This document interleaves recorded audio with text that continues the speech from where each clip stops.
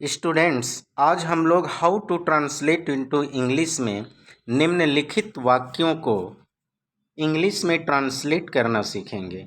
यदि इस वीडियो को आप पहली बार देख रहे हैं तो please like and share this video and subscribe my channel.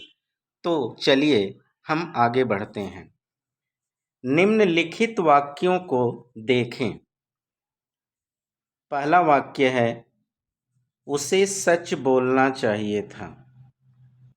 दूसरा वाक्य है, उसे सतर्क रहना चाहिए था।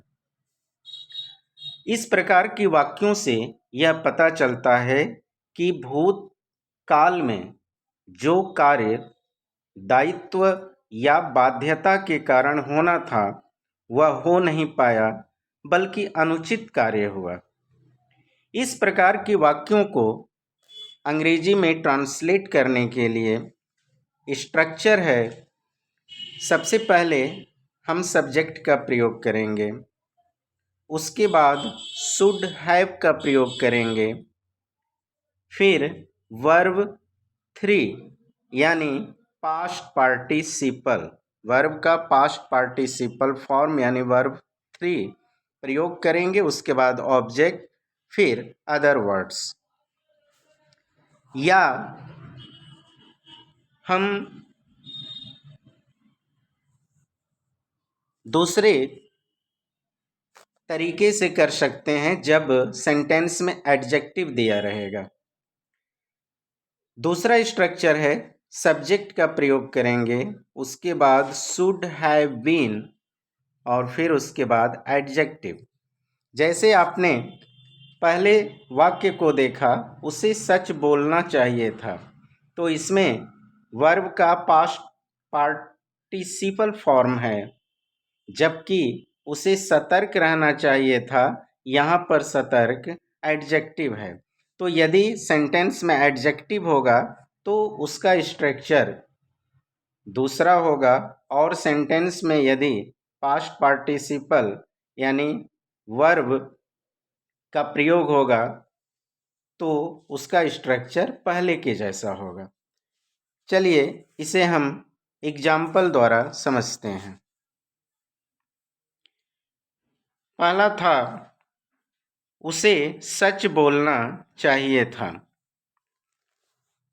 तो इसके लिए सबसे पहले हम सब्जेक्ट उसे यानी वह ही का प्रयोग करेंगे, उसके बाद शुड हैव, फिर वर्ब का पास्ट पार्टिसिपल फॉर्म यानी वर्ब थर्ड का प्रयोग करेंगे, बोलना चाहिए था तो स्पोकन, उसके बाद ऑब्जेक्ट या अदर वर्ड्स। तो उसे सच बोलना चाहिए था, ही should have spoken the truth. जबकि दूसरा सेंटेंस था, उसे सतर्क रहना चाहिए था, तो सब्जेक्ट ही, उसके बाद शुड हैव बीन और फिर एडजेक्टिव, यानी he should have been cautious, उसे सतर्क रहना चाहिए था।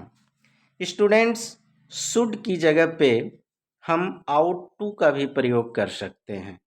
जैसे इसी सेंटेंस को आप लिख सकते हैं, he ought to have spoken the truth, जबकि दूसरे को he ought to have been cautious.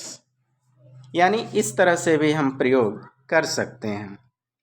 Students, यदि यही सेंटेंस निगेटिव सेंटेंस होगा, यानी वाक्य में नहीं लगा रहेगा, जैसे उसे झूठ नहीं बोलना चाहिए था, तो इसका ट्रांसलेशन हम इंग्लिश में करेंगे, he shouldn't have told a lie, यानी शुड के बाद हम नॉट का प्रयोग करेंगे।